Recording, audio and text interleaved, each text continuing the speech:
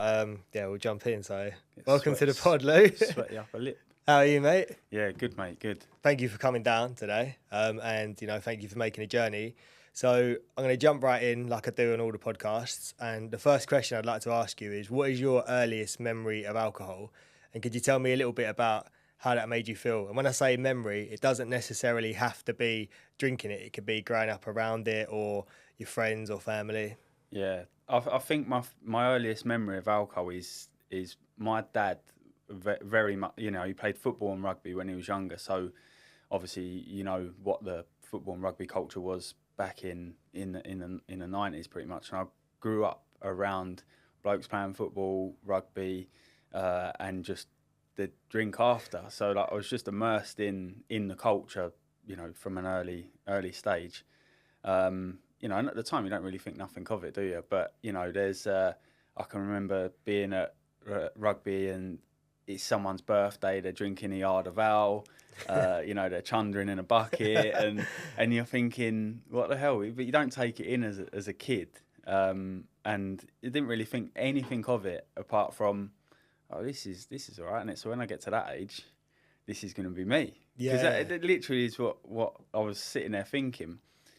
So yeah, I think that's my first memory, and you just don't really feel anything at the time, do you? You just think this is normal. Yeah, I mean, what would you say like your first memory of actually drinking alcohol is then as well? I can remember getting given little bits of drips and drabs of beer as a young lad, like, wee, look, he loves it. But I think I can remember my first hangover well.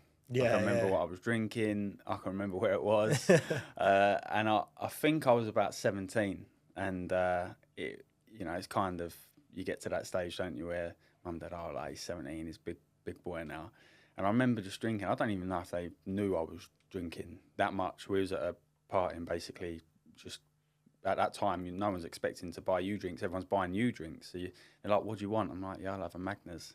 Yeah. And I don't know how many of these things I drunk, but I can remember waking up the next day, just thinking, "What the hell?"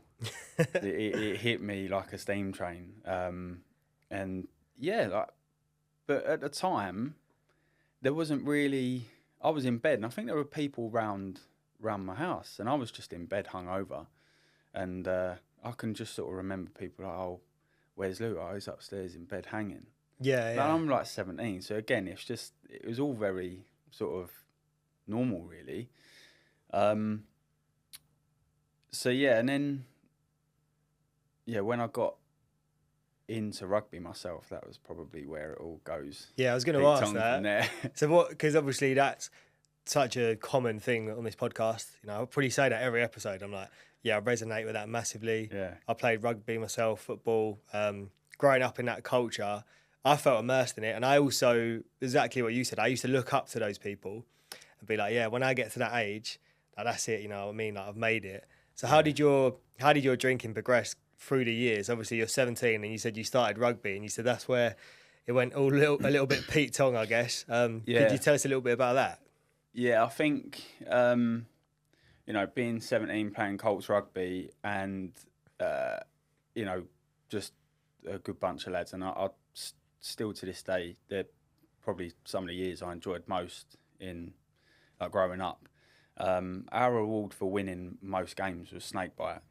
Yeah. So if we won a game, there was drugs of snake bite, and that was pretty much, we associated winning with snake bite. I can remember standing in the bar like, well, come on, John, like, where's the snake bite? We've won this game.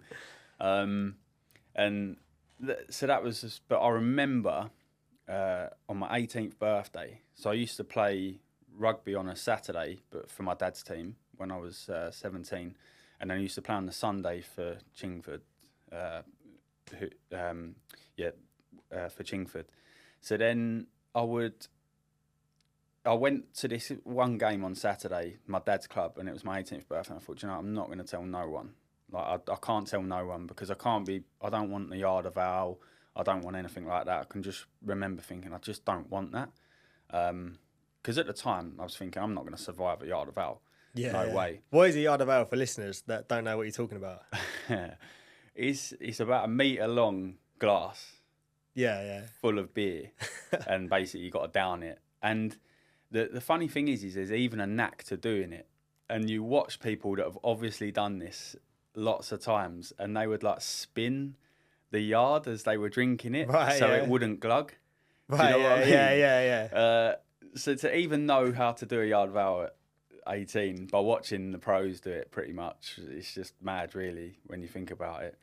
But I remember going to this game thinking I can't be doing this. So didn't tell anyone at all.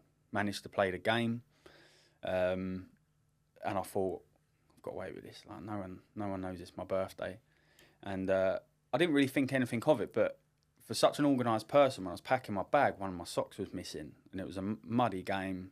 And I was just thinking, weird. Anyway, packed my bag, walked out into the bar. Sweet, no one said anything. This is good. Next thing, everyone's gone quiet, and someone said, "Oh, I heard it's your birthday today." So straight away I'm thinking, who's dobbed me in? Someone's dobbed me in here. And I thought it wouldn't be my dad. My dad wouldn't do that, because if I've not told anyone, he would know that he wouldn't want anyone to know. It turns out I think might have been my uncle. Right, rang the bar and basically said it's Lou's birthday today. So I remember being basically marched up to the bar, and the barman said to me, he said there's 4 pints on the bar. If you pick the right one, you don't have to drink any more. So I was like, right, fair enough. And it was bitter, and again, it's not really a drink any 18-year-old wants, really, is it? Nah. So I've downed these 4 pints of bitter, and now there's a bucket turned up next to me because they think I'm going to be sick. Anyway, done the 4 pints. Next thing, a 5th pint comes from out of the bar, which obviously was the 5th pint that they wanted me to drink. It had bitter in it, Guinness, and every optic on the back of the bar, basically. Fucking hell. Yeah.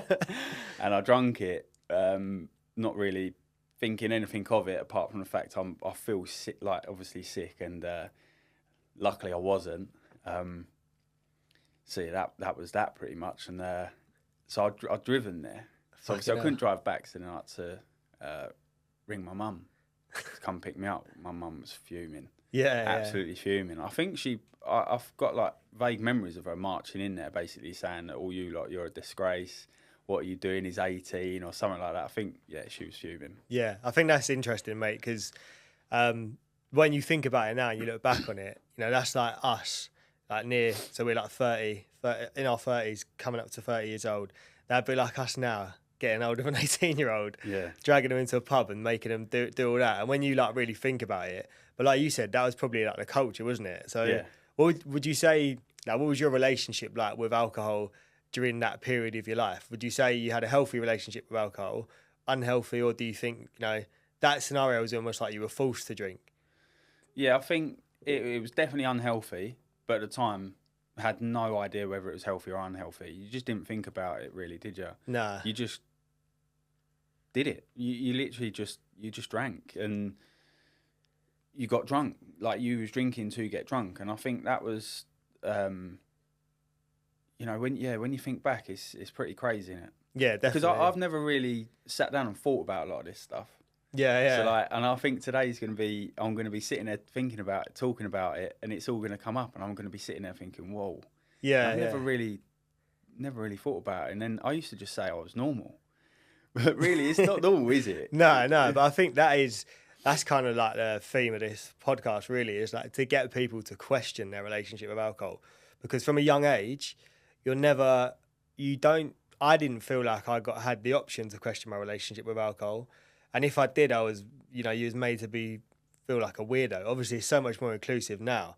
But I think that is part of the problem, isn't it? That you get chucked into something and you do it for so long until you realise you don't actually like it, but you don't have that headspace or mental clarity to think like, do I really want to down 4 pints and then a pint with all this other shit in it? Yeah. But you kind of feel like it's against your will, don't you? Yeah, no, definitely. It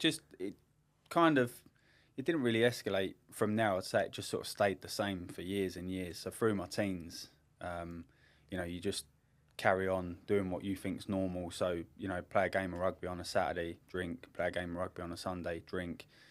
And then it kind of got to a point where yeah, it was sort of I'd be drinking Friday, Saturday, Sunday. Yeah. Very early on when you're in your sort of 20s. Now I'm like lying on my doctor's records, like how many units of alcohol do you drink, and you're like lying, and at the time you even think that's normal. You're like, oh, no one really writes down what they actually drink, or even what's a unit, like what is a unit? Yeah, exactly. Because you didn't even know, did you? Yeah, you're talking pints or units, but yeah, I can sort of remember it never really got any worse. It just kind of stayed the same. But it was when you sort of get to early 20s, it become a lot more experimental. So there's obviously other things that come hand in hand with alcohol, isn't there? Yeah.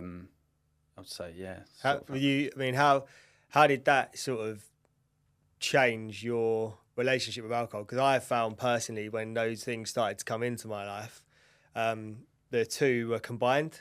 Yeah. You know, like there wasn't really an occasion where I was drinking that I didn't do other things. Yeah. Do you know what I mean? Did you feel that was the same for yourself? It got to that. It did get to that. And again, you kind of just normalise it in your head, don't you? So you kind of just think, oh, well, everyone else is doing it, so this is all right. And you know, at the time, you know, you didn't really think you was doing anything wrong. You was just having a laugh, or your mates were doing it. But yeah, that was looking back on that, you actually think, oh, you know, when I said it earlier, you know, I just felt like it was normal. It's at that point when I think back, it's at that point where I think, no, it weren't normal, was it? Yeah, it's not normal. What was the change then for you? Like, what did you know, I mean, you said there was a change. So was it, if you talk us through like how your relationship progressed with alcohol over time? So you said it was like your early 20s. Yeah. How did things start to change? And did you notice the change happening, or was it something that just happened? Yeah, I mean, we kind of got to 24, 25. So I met my missus when I was 21. And nothing really changed then. I was still doing the same things, going through the motions. And to be honest, there's things I look back on now and I think, because of what I was doing, I put her through the ringer a bit, really. I'm quite lucky she's still with me. Don't worry, I know the feeling. And so yeah, it wasn't until I got to, I'd say late 20s, I kind of started thinking, is this really what you want to be doing week in, week out? And I think that's when a bit of a battle started with myself, really, I would say. Because there were some decisions I made when we realised that Courtney was pregnant with our first child. And at the time I was playing golf. And no matter what I was doing growing up, it would all revolve around alcohol. So, you know, there were golf days where we were drinking on the golf course. And really, if you think about it, when you want to play well... not the best idea. I mean, I was shit anyway. But, you know... even after, you would just start drinking, and then my drinking sort of, even after golf, would go from, so you come off a golf course at 1 o'clock, you just plough on through. Next thing, I'm standing next to someone in full golf clothing in the toilets in Decos in Hartford. And he's like, have you lost your ball, mate? Like, because I'm like, and at the time, you just kind of think, what the hell? But when I found out Courtney was pregnant, I thought, this has got to change. I wasn't really doing anything at the time apart from playing golf, and it's very social sport, isn't it? So it always revolved around drinking. But it was at that point I thought, this has really got to change, because I'm spending a lot of time playing golf, and golf sort of putting me in a position where I'm spending a lot of time drinking. And I think that's where it all started, where the penny dropped for me. Do you think that? Because it sounds like there was a bit of you said there's a battle in your head, and I resonate with that as well. So I reckon for 3-4 years before I decided that, you know, enough was enough for me, I was, every time I went out drinking, or before I'd go out drinking, I'd get quite anxious, and I'd be like, right, I'm not going to do it this time to myself. And I'd have that conversation in my head, but I knew that I was powerless to it. So I was like, well, actually, I probably am going to do it, so I'm just going to accept it. But this will be the last weekend, you know, this is one last blowout. And that one last blowout for me lasted for about 5 years. How did you find that situation? Did you feel something similar? Yeah, I did actually. And So even when my daughter was born, and then we had 2 more after that, I was still sort of drinking. I would say more occasional. Yeah. But it kind of got to the point where when it become occasional, I was a little bit like, why do I actually do this? And do I actually like this? Because sometimes I'm standing there after like 4 or 5 pints, I'm thinking, I don't even like the taste of this anymore. Yeah. And when, was it last year? I think it was definitely beginning of last year. I sort of was having a bit of a battle with myself, and I was thinking, do I need to drink? Why do I go out and drink? And I couldn't really answer that question. So I would have these, I'd have situations come up. So my friend was he's leaving the country to go and work abroad. And I said to myself, I'm going to go out tonight and I'm not going to drink there. So I kind of needed to try and put myself in a position where put myself in the environment to drink, but not drink. And can I still have fun?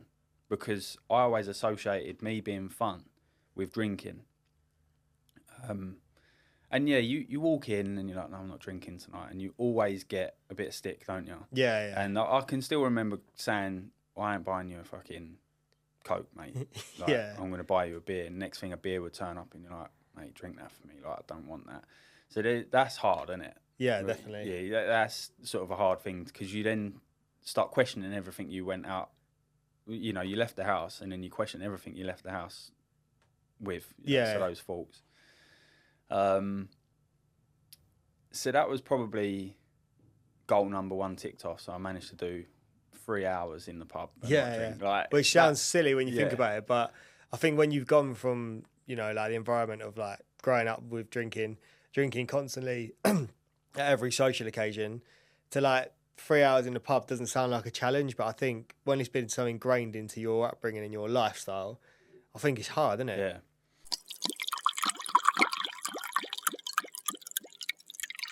Changed sports and I started doing a lot more running. Yeah. And it started with running, so I was doing the odd local 5K event and stuff like that. And I really enjoyed it. You know, I thought this is something that I could get better at. It's something I can fit around the family. Like I can just go for runs and stuff. And that's really where it started. At the same time, I was doing a bit of CrossFit. And I just remember being at CrossFit thinking, this isn't really ticking any boxes for me. This is great, but I need a bit more.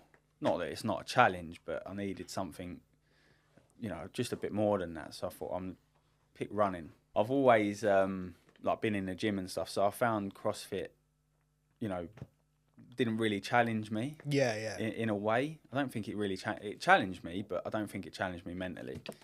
So then I thought I'm going to start running. So I started running, doing the odd 5K, 10K event.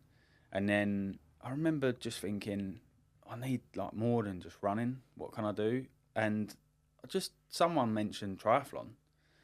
And I was like, what's a triathlon in my head? So I never used to really ask questions of people.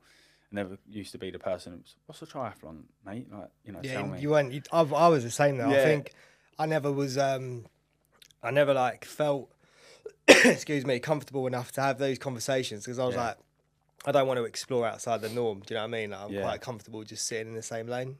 Yeah, I don't think I ever wanted to come across as someone that didn't know. I always wanted to be the person that looked like they knew everything. So asking questions, I thought, well, if you're asking questions, like you just look like you don't know anything. Yeah, it's an ego thing, isn't it? I felt the same actually. I wouldn't. I'd always be like, I know what you're talking about. No idea. Yeah, and then I'd go and Google it. Yeah, literally. And that's exactly what I did. So that was when it all sort of started. I think this was back in the first sort of idea come in 2019, and obviously it was in the winter. Like we was coming into the winter, so triathlon seasons just it's a summer sport.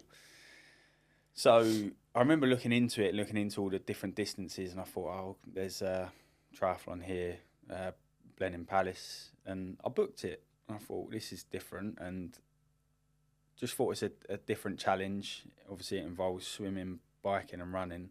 Not at the time did I think the work that has to actually go into doing it. I just booked it. That's generally what I do. I always sort of do stuff and ask questions later.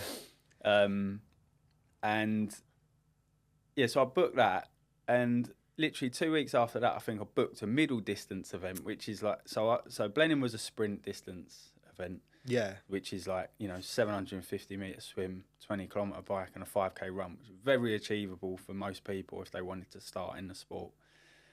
2 weeks later, I booked a middle distance event. So I hadn't even ever done an Olympic, hadn't even done a sprint. I booked a middle. So that's 1.9 kilometre swim, 90 kilometre bike and a half marathon. Yeah. So when you start talking about that, like with zero training or whatever. Yeah. And I was just, I don't know how it escalates, but that's just what I'm like. I'm very all or nothing. So I guess, so that was, before you know it, now it's 2020, so it's COVID year,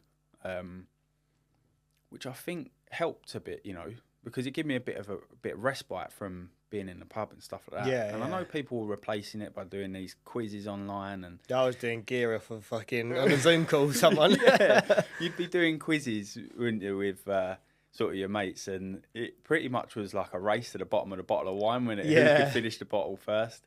And to be honest, I never really got involved in that because I never really was a massive drinker at home. So that was probably a bit of respite from being in the pub, I think, and it gave me a bit of time back to spend with my daughter Luna, who, she was she would have been 1 at the time, and we found out during COVID that we was having another baby. So COVID was a blessing, really. The amount of time I got given back and weren't able to go and spend time in the pub, was hardly working pretty much because I couldn't go to work. I think that was a bit of a blessing because it kind of gave me that respite, and it broke up the monotony of just going out every weekend. Yeah. I've never really thought of it like that, to be fair, but now I think about it, I think that was probably a good thing. I think as well. For me. Like that's why I always advocate taking a break from something that's not serving you anymore. Because without that actual break, and obviously COVID, like I think before the world opened up again, it was like 3 months, 6 months. That's like the perfect time for a reset. Like, you know what I mean? The first couple of weeks is just boring, and then you start to rediscover yourself a little bit, and that's pretty. I mean, not putting words into your mouth, but it sounds like it's quite similar to what happened to yourself. Yeah, definitely. And that was when obviously I realised, shit, I've got to train for these triathlons. Yeah. And I actually had the time to do it. So, it all worked out very well. So not only did I then have time to train for the triathlons, I had time to spend with Luna. And as I started getting into the training, I realised that alcohol and training did not mix. Yeah. So you're going on these, you're going out cycling on a, maybe a Saturday or a Sunday, then you'd go out for a run. And if you'd had a drink the night before, your sleep was whacked. So you had you didn't have good sleep. You woke up, you still felt tired from the day before. And then you go and train, you realise your training was just crap. And you'd get home, my missus like, oh, do you enjoy your bike ride? And it's like, yeah. But inside, like, you hated every minute of it because you was a little bit hanging. Even if it was 4 or 5 beers, it still had an effect. And I think that was when the realisation of these two ain't going to mix. And I've always been interested in pushing myself, and I think that's what drives me. So when it comes to being obsessive, I am an obsessive person, but luckily it's never been obsessive with, drugs and alcohol. I was always managed to flick a switch on that when I thought it was getting too much. I could just switch it off whenever I wanted to. But with this, I just realised these two are just not going to go together. That's quite interesting though. You said that because I'm quite similar, but I couldn't turn that switch off. And it's like there's always a big debate about it. Like, is it a genetic thing? And there's like studies to show that actually, if your like parents were alcoholics or someone in your family is an alcoholic, it's not a genetic thing, but you are a little bit more likely to have that sort of like thing in you which you can't stop. But yeah, it's quite interesting to hear that you could do that. But I wonder whether that was because maybe you're addicted to like the feeling that you. So I was addicted to the feeling that I was getting through drugs and alcohol, but it sounds like you're almost addicted to the feeling that you're getting through pushing yourself in these Yeah. challenges that you're doing. Yeah, definitely. I've always been really intrigued about how far I can push myself, like physically and mentally. And I feel quite fortunate to have that, because it was at that time I thought, well, I'm not going to be able to push myself as far as I think I can go if I'm out on a Saturday night drinking. Now, don't get me wrong, I was still doing it, and there were social events that were happening, and I would go out and drink at the time. And then I'd wake up in the morning, I'd bomb my training off. Straight away, I'm on, you're on a complete downer. You've not trained, you're hanging. At the time, I've got 2 kids at home, and it's difficult. Yeah. So I weren't being present because obviously I was hanging. Then I hadn't been on my training, so I was grumpy, and you just sort of feel a bit. Well, I set out to do something on Friday, and it hasn't happened. So the sense of achievement wasn't there. So going back to the battle, I think this was the battle. So it was, how am I going to juggle being social and trying to push myself from a performance perspective? And then I was like, well, do I need to drink? Do I actually need to drink? And I can remember giving myself the ump about this a lot of times, because I was sitting there thinking about it. And I can remember saying to my missus, like, I just don't want to drink anymore. Don't even like it. Don't know why I'm drinking. Don't know why we all do it. Having these conversations, then I'd go out and do it. And then it was just another reminder of why I was asking myself these questions. Last year, the beginning of last year, I knew I had some social events coming up, and going back to obviously my mate leaving the country in the pubs. That was tick box number 1 done. Yes, I can go out and enjoy myself without drinking. Then I had a wedding coming up. So I was like, it weren't one of my mates' weddings, which makes it a little bit easier. It was her mate's wedding. And I was like, I'm not gonna drink at this wedding. I'm gonna wake up in the morning after this wedding, I'm gonna go for a run. And that was a massive challenge, like knowing I'm going into a wedding. And I'd say most of Courtney's mates know me for being a bit of a laugh when I drank. So I got questioned a lot. Oh, you're not drinking? And I was like, no. Anyway, I ended up having a couple of glasses of wine with dinner, which, to be fair, is the extent of my drinking now. That's sort of what I've settled with. And woke up in the morning, went for my run, went to the wedding breakfast. Everyone's hanging. I'm sitting there. Everyone's like, "You all right? How you feeling?" I was like, "Yeah, I feel great. I went for a run this morning." So I think that was a major moment that, yes, you can do it, and 2, look at everyone else and look at how you feel. So if anything, they're looking at you now thinking, "Oh, wish I went for a run this morning. I wish I was able to go for a run." Don't get me wrong, not everyone. But most of them are sitting there thinking, look at you, like, why are you so motivated? How have you managed to do that? And I think that was really, I come away from that wedding thinking, I can crack this, I can do this. So there's been a lot of events after that where I've gone out and I've not drank. And now, after a short while, it's now got to the point where my friends know that I'm probably not going to drink. So all the questions behind, why are you not drinking are kind of gone. They just disappear after a while, because they just expect that you're probably not going to drink. Or I think the most common question is now, like, are you going to drink tonight? I'm like, no, probably not. And you're like, oh, all right. I think that's that's interesting as well, because I was going to ask you the question. I'll ask you it anyway. But like, what would you say your current relationship with alcohol is? Because you touched on it slightly there. But how would you describe your relationship with alcohol? Yeah, I would say at one point I had ambitions of not drinking at all, because I thought that was gonna solve the problem. But to be honest with you, I realised that by me going to these events and not drinking, I had control.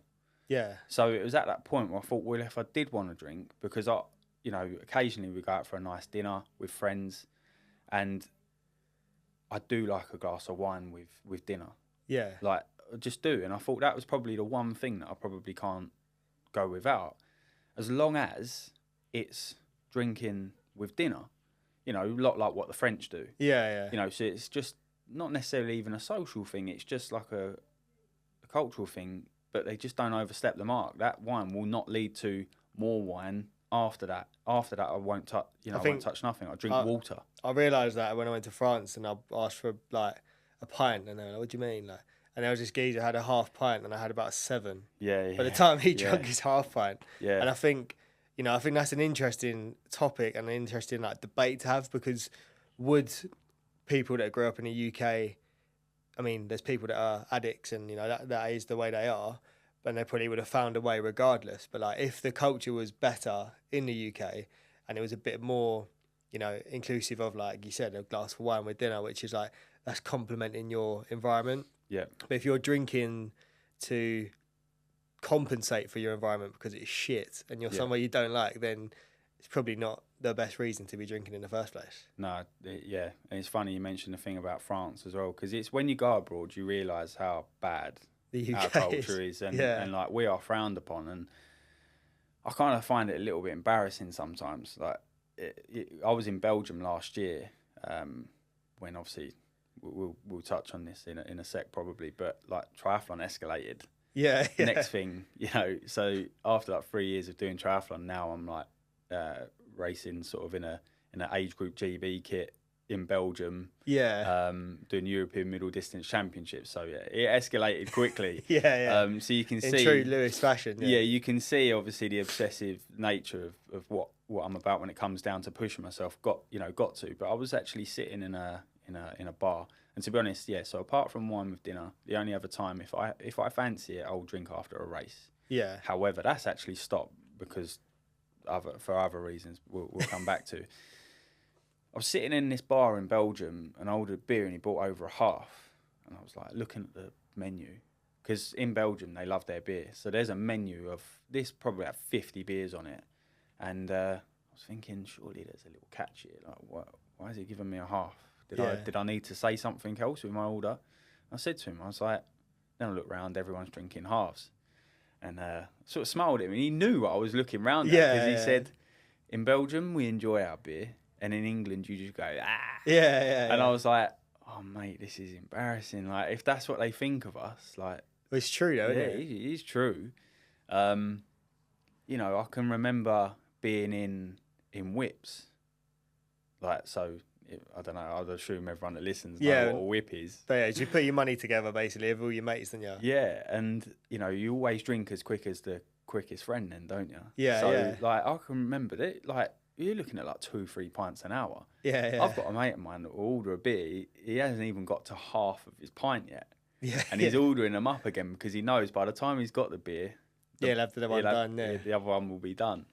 And yeah, you kind of just think, whoa, this is it's crazy. But when you look at their relationship with it, so they're all sitting in the bar watching football. No one's shouting at the telly. Yeah. Saying you're this, you're that, you're shit. Everyone's just sitting there. It's a Sunday afternoon watching the Belgian league or whatever it was.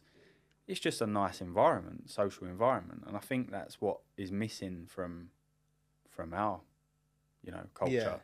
I think no matter where you go now, even if you think you're going out for a nice social, there will always be a few people that you're like, whoa, Jesus Christ, you've had a bit too many. And you'll see people stumbling or getting held up, and the mates are just like laughing. Yeah. Well, I was that guy, do you know what I mean? Like, when I was 20, in my early 20s, it was like, we're getting nicked for a night out.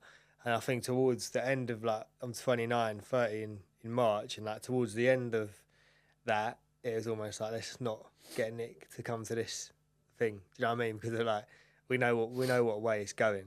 But yeah, I wanted to touch on, a little bit about some of the challenges that you faced. And I think obviously normally we'd be talking about in the alcohol sense, but I think what I really want to speak about today is like your sort of triathlon journey. And like what's been the challenges that you faced with sort of reducing your alcohol intake, but also alongside your training? Yeah, I mean, the challenge was the fact that I wanted to still be social. Yeah. Amongst doing the training, so that's a challenge because you associate being social with going out for a drink. But when I managed to shake that was when things really sort of moved on, and they just moved on a hell of a lot quicker than I thought they would.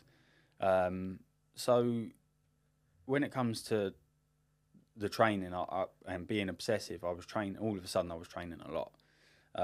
So even though I quit golf because I didn't think I'd have the time to play golf, now I'm like putting more hours into doing triathlon. But the good thing is it kind of fit around, even though Courtney would disagree. Yeah. It kind of, I could fit it in and around, life, and I could train before work and then train after work. So now for someone that used to go to the gym training sort of 5 times, 6 times a week, now I'm training sometimes twice a day. Yeah. And it's at that point you realise that you kind of live on a bit of a knife edge when it comes down to recovery. So you could, one thing could be amiss that day. So if you haven't hydrated enough, if you haven't eaten enough, or if your sleep hasn't been that good, next day you'll wake up and you'll just have this like lingering tiredness or fatigue feeling. So that was, if you was to add alcohol into that, it's just affecting you too much. So it was quite good that I got into triathlon and that my obsessive nature just went into triathlon, because I realised that after that, not drinking and knowing where I can push myself is going to answer the questions that I need to answer. Yeah. What would you say, like, you've spoken there about, socialising, someone who's worried about signing up for a race, like, what would you say to them? What are the things you do to socialise now? Have you changed your social patterns and circles? You end up finding a whole other community, don't you? So, because no one really gets into these other sports to go and find friends, but then you realise that there are a lot of other people that are doing the same thing as you, and you end up spending a lot of time with them. So then you end up with like a complete different friends group. So I'd say I've always been the person that had friends everywhere. So like, where obviously I grew up in Enfield and went to school there, I had friends there. I spent a lot of time in Chingford growing up, so I had friends there. So I've always managed loads of friends, and which was always good. But when the sort of drinking and the socialising disappeared, so did a lot of them. Yeah. It's mad how many people used to hang around with, where the only real thing I had in common with them was going out and having a drink. So getting into triathlon and finding a whole new community of people that are in it for the same reasons as you are, that's a massive help. Yeah. Massive help. Well, what would you say to someone as well who's never done it? Going back to you on that first time you signed up, I mean, maybe I wouldn't advise doing a triathlon like you did straight away. But for someone who's like, not exercised and they're looking to better themselves and do something better, what would be your pieces of advice to get started? The biggest thing, I think you've got to sit down with yourself and think, well, if I want to do this, you're going to need to put some goals in place. So not just one massive goal, I'm going to do an Ironman or I'm going to do a marathon. I just don't think that cuts it. You've got to have some achievable goals on the way that keep you on the rails. So it could even be, something like, I'm going to train 3 times this week. Just little achievable goals. And I think when you do that, it could be when you actually sit down and think about that goal, you think, oh, that's pathetic. Train 3 times. I usually train 5. But because you've done it, it's a tick in the box, and you get that feeling, don't you, that I've achieved something. Then medium-term goals. So that'll be something in the next month or 2 that you want to do. So I'm going to do a 5K race or a 10K race or a park run, and I want to set a PB. And just go and do that. Like that, again, when you go and do it, it's another tick in the box. And next thing, you've got momentum. When you've got momentum, I feel like that's massive, because you kind of feel a bit unstoppable. Yeah. This is where I think the whole post big goal, when everyone's done something massive, so they've got to their big goal and they've done their big goal, that's where obviously it can go tumbling after that, because you kind of lose the momentum because you've done the big goal and you've got nothing to roll onto, which is where you need to reset back onto the smaller goals. Right, yeah. But all of a sudden the smaller goals seem even more inadequate compared to the bigger goal because you've just done this massive thing. So I think, yeah, it's just having goals to tick off and planning ahead. How do you change your mindset with that? Because I resonate massively. Did like a couple half marathons, and then I was like, yeah, done now. And then I did exactly what you said. Like, didn't go off the rails in life, but my training definitely stopped like massively. So I mean, is it a mindset thing, would you say, or is it just a case of sort of parking that and being like, that's done, and what's the next thing? Yeah, I mean, I think one of the biggest things, whether it be with, training for anything like that, whether it be dieting to try and lose weight, it's like try and make it a lifestyle. Yeah. So like try and fit it in to make it a lifestyle. So if you're a runner, you want to try and make that your lifestyle. So get up and run in the morning, and it sounds a bit weird. No, it don't. Do you know what I mean? Putting it into, I think one thing I've learned is like put it into your commute, put it into part of your daily routine. Yeah. So like rather than getting the train to all the way to work, get off for a stop before, and even if it's a kilometre away, just run that kilometre, like, and then you know the next day or next week you get off at a stop 2 stops away, and you just build it up time over time. And I think that's a good point, because I think a lot of people when they sit down and create goals, they're always quite lofty, aren't they? Yeah. And they're not looking at the easy wins. And I think easy wins is something that a lot of people can benefit from. So whether that is, looking at it from an alcohol perspective, I'm going to go out and I'm just going to have 2 pints tonight. I'm going to, that's all I'm going to have. And then the next week, they're like, I'm going to drive there next week and I'm not going to drink nothing. I'm going to drive home and wake up in the morning. I think you've got to have something that you're going to do after. So whether that be with family or whether that be training orientated. And when you get up in the morning, you go and do it and you think, there's no fog. Clarity. She's not pissed off with me. And I'm present for the kids, if you've got kids. Or I'm present for my family if you're going to see family. Like, that's where I think you're like, whoa, this is different... I think that's so true. It's changing your mindset. Like, I speak to a lot of people who be like, "Oh, I've just done 6 months alcohol free and I slipped up," and I'm like, "Why are you focusing on the thing you slipped up on? Yeah.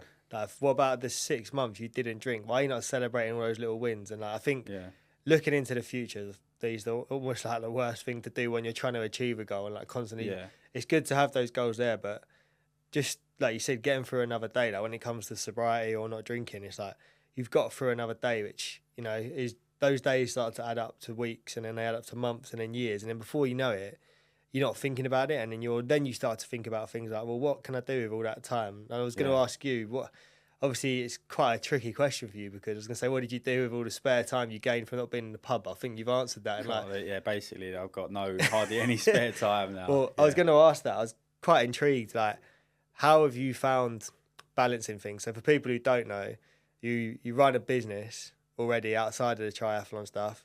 You run, Grit Endurance, which is a coaching service, and, you do track nights for people. You are training for triathlons. You got 3 little kids. Like, the list goes on. So how the fuck are you balancing your life, or are you not? I wouldn't necessarily say there's balance. It's hard to balance all of that, isn't it? But I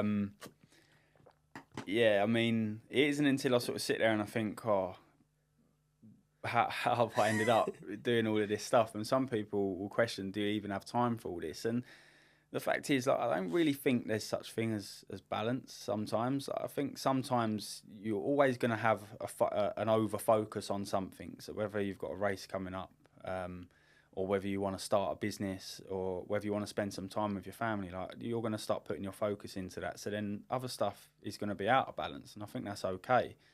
When people sort of strive for balance, I think you're chasing something that's not really there or ever going to be there, because you're never going to really feel like it's balanced. But yeah, I mean, I keep myself very, very busy, and I think that helps massively, because I haven't really got time now to go out and drink, because if I went out and had a few beers on a Saturday, I couldn't wake up at the time I wanted to wake up to on a Sunday to get all the things I wanted to get done. Yeah, exactly. So I think that's, probably an extreme case of keeping yourself busy to keep yourself from doing other things. Yeah. Yeah, but I think it's interesting. The whole point around balance.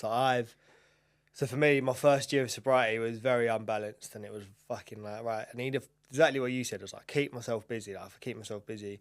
But I think I agree with you, and I think it's like a bit like a seesaw. Like so mine's not the same as yours because you're balancing a load more stuff than I am. Like I'm still balancing a lot of things, like, work, relationships, this podcast, trying to grow what I'm doing, training.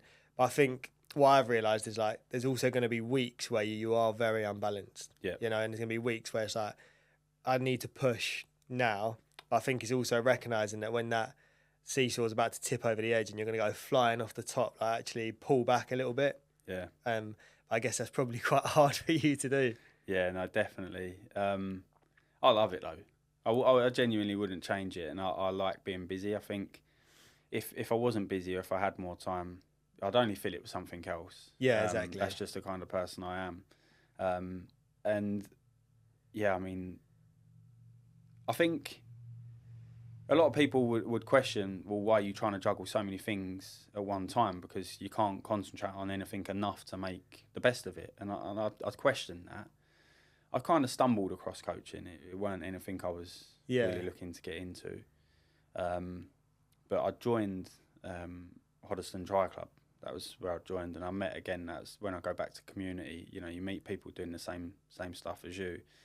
So it's very easy to resonate with these people, and you've got something in common straight away, and it ain't alcohol. Yeah. So it's you make some good friends, and when you sort of I think I was there for probably 2 years, and then there were some people come and went from the club, and then there was a big sort of restructure. They needed more coaches because some of the coaches had left, and to move on to other things. So I got asked to help out coaching and go and do the coaching qualification with British Dry. And at first I was like, coaching people? Why do I want to coach people? Well, I thought straight away, why is anyone really going to listen to me? I've been doing this sport. I haven't been doing this sport for long. And at first I was a little bit like, I just don't think I'm going to like this. But I just said yes anyway. That's just the sort of the person I am. I'll just say yes and ask questions later. Yeah. So I thought, I'll do it. I'll give it a go. And I remember coaching my first session, and it was when I was sort of helping someone with something, and I got that feedback from them at the end of the session that they really enjoyed this, or thanks for this, and I was like, oh my God.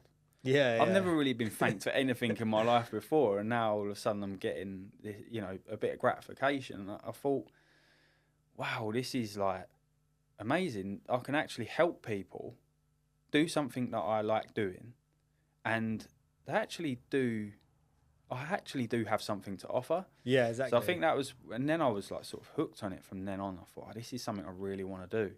So me being obsessive, and I'm now thinking, well, I need to quit my job. I need to start a coaching business stuff. And really, the reality is, you can't do that. No. There's at the time I was going through a bit of, I was struggling with the other business because I've been employing people for X amount of years and just fed up because you're employing the people and they just don't stick around, and you don't feel like you can build a business. And then I had this realization, was like, what am I actually trying to build? I don't know. I actually didn't know what I was trying to build, and I thought, well, I know where I could potentially be, but I don't really want to put in the time to get there. And plus, people are just really getting on my nerves. Like work, no one really is in on the same journey as I am, because it's not their business. They don't care. Exactly, yeah. So I was having a bit of a battle with that. So I was thinking, this is going to be my exit strategy, and to an extent, I do think it will be. It is something I really want to have a go at. And that was when I started back in January last year. Thought I'd start something up on the side and start coaching people. And again, when I was doing it, I was thinking, you're actually doing this. Luckily, I've started a business already. So the actual starting a business side of things is something that I've done. I've been there. So I'm quite lucky in that respect. I'm starting a business in an industry I've never even been in. And I haven't really been in that long. So, I mean, everyone's heard of imposter syndrome, but I get it to an extreme. But I think it's like, it's kind of a sign of the times and like the opportunities that are out there. And I think before I started doing my own thing, I used to see people doing their own thing and be like, "Oh, it's cringe. Like, what are you doing? Yeah. It's embarrassing. Like, why are you putting videos out on Instagram? No one gives Yeah. a fuck." And then to your point where you spoke about in the cafe earlier, I was like, no one gives a fuck. Yeah, no That's one the actually most, cares. but that's the most Yeah. freeing thing in the world. And it's like, if you use that to your advantage and realize that no one gives a fuck, Yeah. you know, I'd rather try and fail than Yeah. not try at all. Yeah, there's still times now. So obviously, social media, even though I feel like we just about caught the back end end of social media, didn't we? So like, you know, I'll sit on Instagram, show my age now, but I'll sit on Instagram now and I'll get wound up because I don't know how to do this effect or that. Yeah. And I'll watch other people's stuff and I'm like, I can't do that. Why can't I do that? Can someone show me? Yeah. You know, I feel like when mobile phones first come about and you was teaching your mum and dad how to use a mobile phone, it's like that sort of feeling.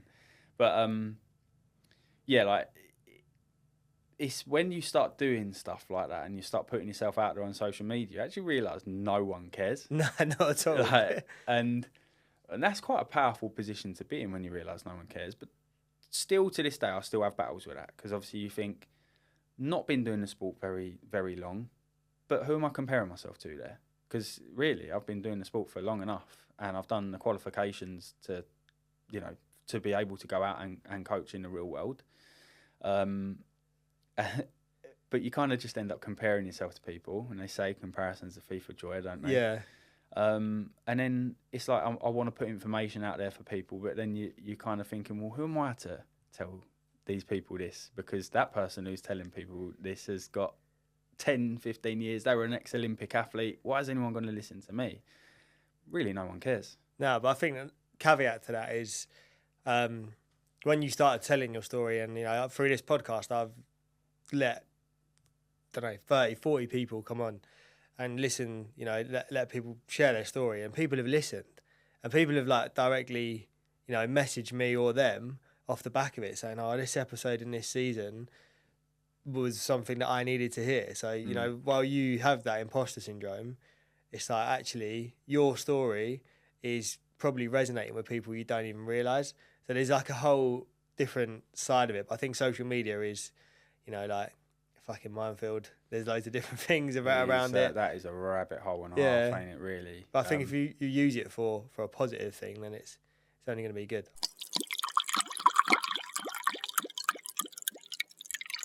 So yeah, what would you say would be the biggest benefit that you've noticed since reducing your alcohol intake? I would say being more present as a dad. Yeah. Because hanging with kids is not nice. And I learned that early on. Yeah. It is just not good. And the problem is if you're hanging, because you've been out that night anyway, so you've probably been out in the afternoon. You wake up in the morning and she's like, well, you've been out all afternoon and now you're hanging. You can't even help me with the kids now.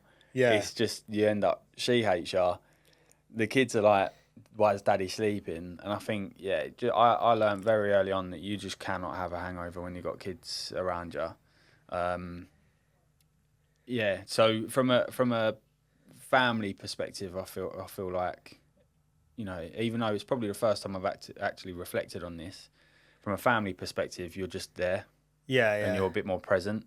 Even though Courtney would argue what my next point is that I could go training that day. So she'll argue that I'm not there, but it's just you can wake up and just the world's your oyster. Like you can sort of decide what you want to do. You can't do that when you're hungover. I've always been one of these people that never really plans stuff to the nth degree, which really annoys one of my friends. But like I like having days where I'll wake up and I've got nothing planned. My missus, she's a bit the same. She likes to have plans, but I used to do that really when I was going out drinking. But now I do it when I don't really drink, and I wake up and I'm like, "Whoa, what should we do today?" Yeah. Because you literally can just do anything. You're not hanging. I think you got full mental clarity. Yeah, that's so true. Actually, Yeah. I never thought of it like that because I used to do the same thing So when I'm not like having plans because I like the spontaneity of a night out. Like, Yeah. I like the spontaneity of like, let's go to the pub to watch this game, and then it'd be like exactly what you said. Like, Yeah. I had flashbacks in like fucking Cinnabar toilets. Like, Yeah. oh, Well, you just wrote the next day off, didn't you? yeah. And when you think about it, when you get a bit older, you just realise like how precious time is. So whether you've got kids or not, you don't understand like that. You're never getting that time back. So to spend it laying in bed, to me now just seems crazy, and I think that's probably one of the biggest reasons for me not is just the time. And yes, I put that time into training now, but it was just wasted time that you don't get back. So yeah, like from a performance perspective, obviously drinking, obviously and the training don't go together. But yeah, I've managed to really push on and be consistent with training, and then it sort of got me to a point where I'm quite happy with where I am fitness wise. I can pretty much turn my hand to do anything within reason. Yeah. But yeah, you just realise that you can just get places a lot quicker. When you used to go out on a Saturday and never really used to have Sunday, your week's gone from 7 days to 6 days. Yeah. So you've got 7 days to do stuff, and trust me, when you're a dad, you need every single day of the week. You need 8-9 days to do everything you want to do when you're trying to run 2 businesses and try and do triathlon competitively. But yeah, where you realise, I think pretty early on, just it unlocks, time, and with time you can do a lot with that time.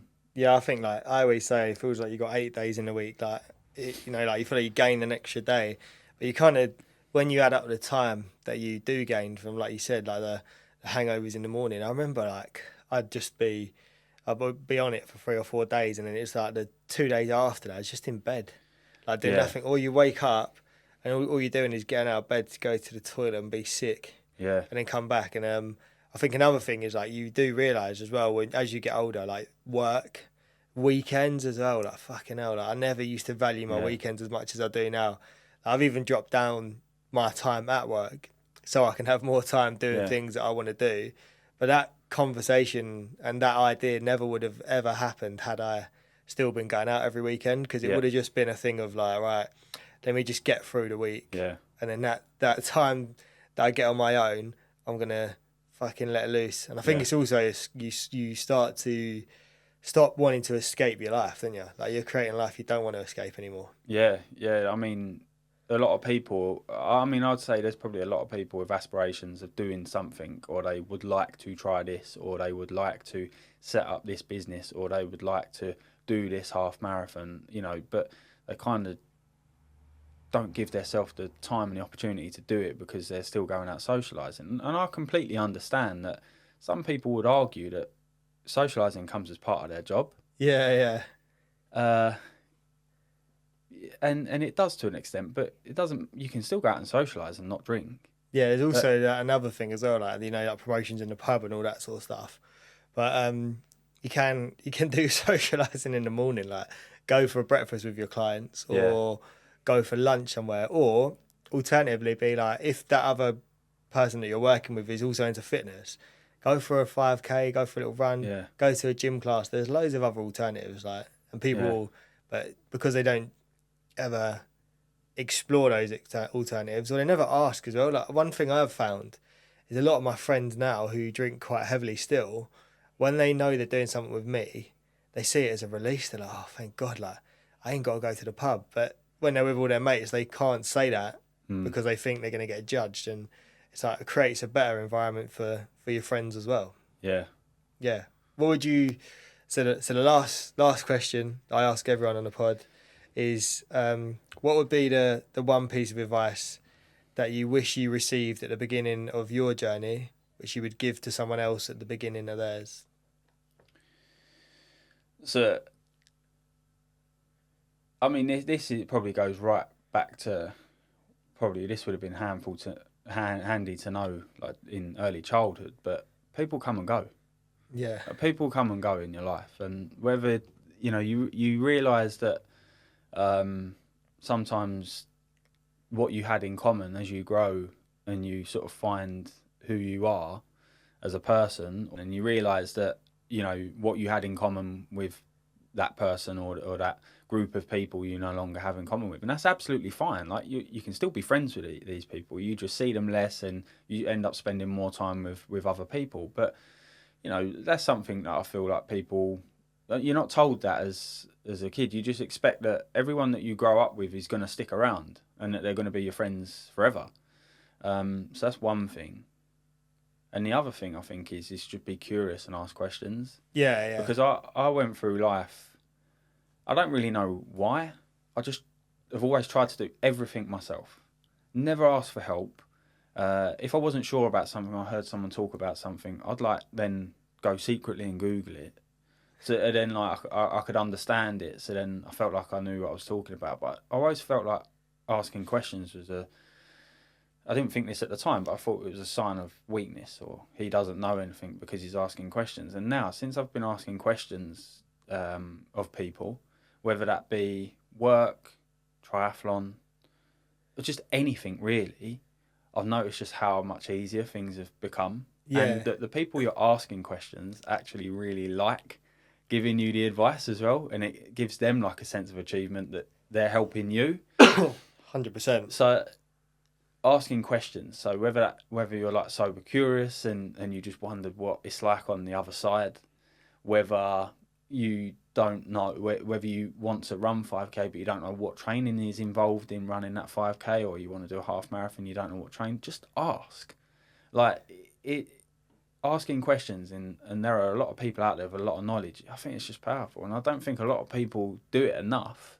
It's a British thing, isn't it? You're told from a young age, like, a lot of people like responsibility hoard, and it's wearing a badge of honour to say like I done that on my own. Like I've run this business, but I am the electrician, I am the quantity surveyor, I am the planner, or I am the person who wins the work. And it's like you're never as effective as a team. And like, you know, I spoke to you earlier about it, but I'm reading a book at the moment. It's called like Who Not How, and you have to ask people when you ask who can get me there, you get there much quicker than how.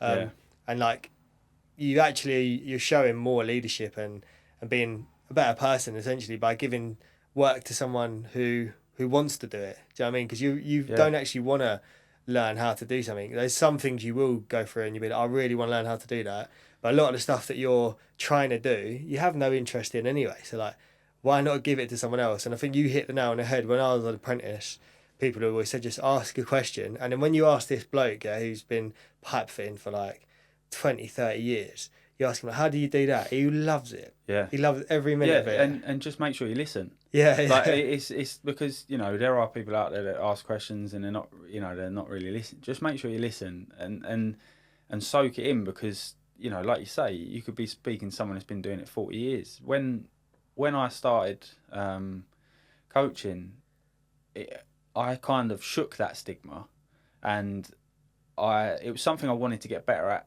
quickly.